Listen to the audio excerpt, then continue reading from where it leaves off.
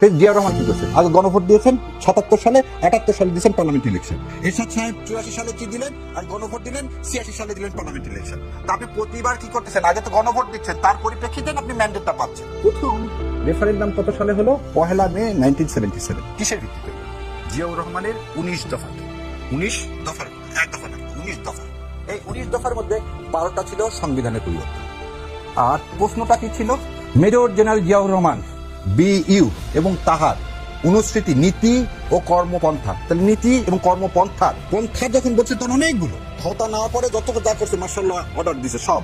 তাহার প্রতি আপনার আস্থা আছে কিনা, হ্যাঁ বা না বল। তার মানে জিয়াউর রহমান সাহেবের ১৯ দফা হচ্ছে যে এর সঙ্গে ইনক্লুডিং প্রথমে ১৯ দফা হেলিকপ্টার করে সব বাংলাদেশে বিলানো হয়েছে, তারপরে গণভোট হয়েছে। তার মানে মানুষ যে ১৯ দফার যে ১৯টাতেই সমর্থন করবে তা না, ম্যাক্সিমাম সমর্থন করলে আপনি হাতে দিবেন, যদি ম্যাক্সিমাম সমর্থন না করেন আপনি নাতে দিবেন।